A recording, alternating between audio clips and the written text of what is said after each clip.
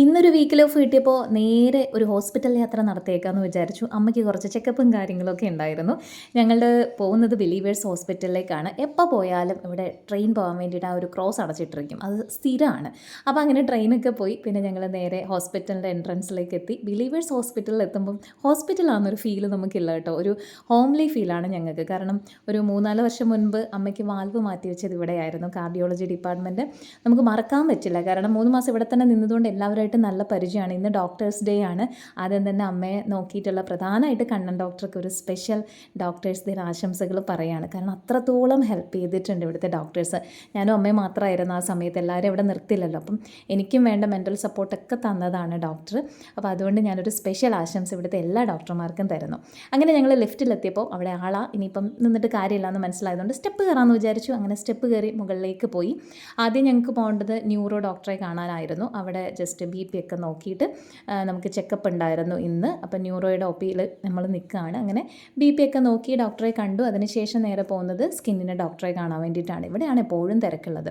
അപ്പോൾ അങ്ങനെ ഇവിടെ ഇരുന്ന സമയത്താണ് നമ്മുടെ ന്യൂറോ ഡോക്ടർ പറഞ്ഞിരുന്നു ഷുഗർ അതികഠിനമാണ്. കാരണം ചക്ക മാങ്ങ സീസൺ ആയിരുന്നല്ലോ. അപ്പം ഞാനിങ്ങനെ നോക്കിയിട്ട് പറഞ്ഞു, അമ്മ ഷുഗർ കൂടി, അമ്മ ഞാനൊന്ന് കാണിച്ചു കൊടുക്കട്ടെ എല്ലാവർക്കും എന്ന് പറഞ്ഞപ്പോൾ ഒന്ന് ചിരിക്കുകയാണ്. അപ്പോൾ അങ്ങനെ അത് കഴിഞ്ഞിട്ട് ഞങ്ങൾ അവിടെ നിന്നപ്പോഴാണ് ഇങ്ങനെ ചായയൊക്കെ കൊണ്ടുവന്നത്. ചായ കുടിച്ചൊന്നുമില്ല. പിന്നെ അതിന് ശേഷം നമുക്ക് പോകേണ്ടത് അമ്മയുടെ ഒരു ഫ്രണ്ട് ഇവിടെ അഡ്മിറ്റ് ആയിരുന്നു, ലത ചേച്ചിക്കൊരു ചെറിയൊരു സർജറി ഉണ്ടായിരുന്നു. അപ്പോൾ നേരെ പിന്നെ അങ്ങോട്ടേക്കൊന്ന് കാണാനായിട്ട് പോയി.